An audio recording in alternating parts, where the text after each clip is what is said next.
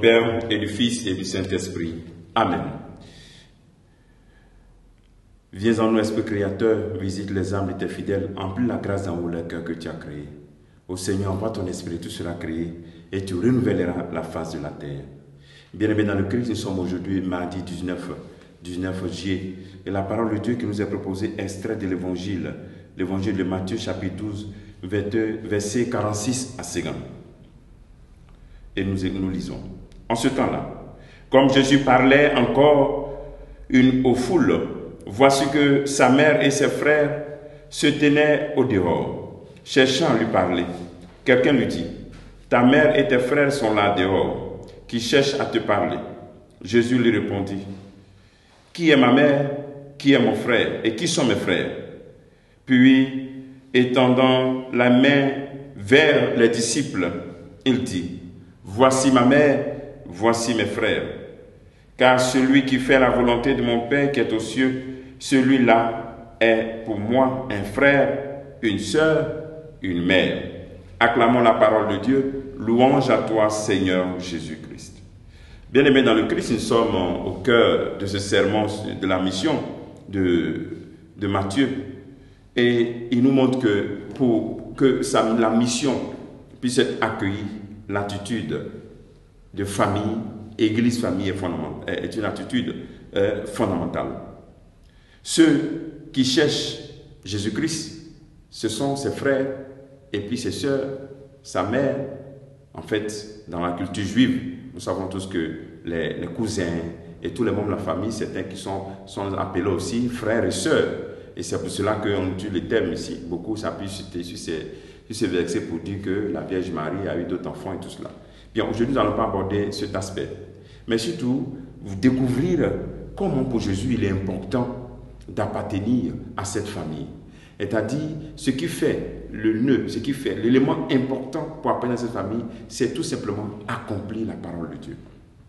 Accomplir la volonté de Dieu. Ce qui coule dans nos veines, ce n'est plus un sang biologique, mais la parole de Dieu.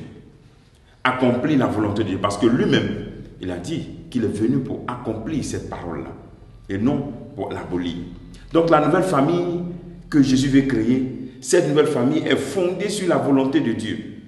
Elle n'est pas fondée sur nos volontés, mais sur la volonté de Dieu. Et c'est pour cela que dans le livre du Deutéronome, au chapitre 30, versets 10 à 14, Moïse rappelle cela au peuple de Dieu. Cette loi-là, elle n'est pas au-dessus de tes forces.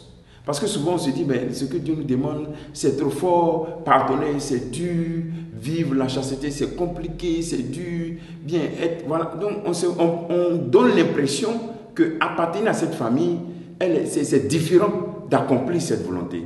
Mais en même temps, la parole de Dieu nous montre que le Seigneur a sémé déjà sa volonté dans notre cœur.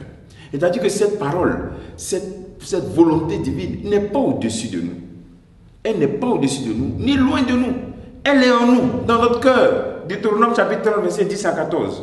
Alors, tu es capable d'être un membre authentique de cette grande famille. J'ai dit authentique parce que quand nous appartenons à cette famille et que nous n'accomplissons pas la parole de Dieu, il n'y a pas d'authenticité. Alors, aujourd'hui, il faut que tu poses cette question.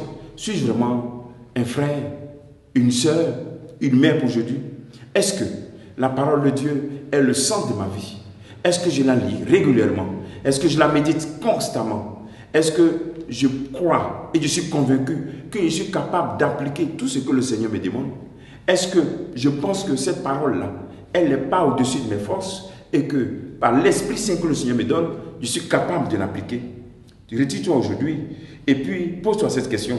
Est-ce que tu es fier d'appartenir à cette famille ou ce qui compte, c'est d'appliquer la volonté de Dieu? Est-ce que tu es fier d'appartenir à cette famille? Demandons au Seigneur au cours de cette journée, cette grâce, que nous soyons fiers d'être membres de cette belle famille où le sang qui coule dans nos veines, c'est la parole de Dieu. Et que nous soyons convaincus que cette parole, cette volonté divine n'est pas au-dessus de nos forces, mais qu'elle est accessible à nous, parce qu'elle est sémée dans notre cœur.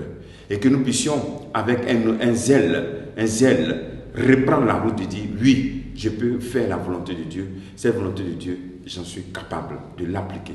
Que le Seigneur te bénisse, que nous bénisse tous en ce jour, au nom du Père et du Fils et du Saint-Esprit. Amen.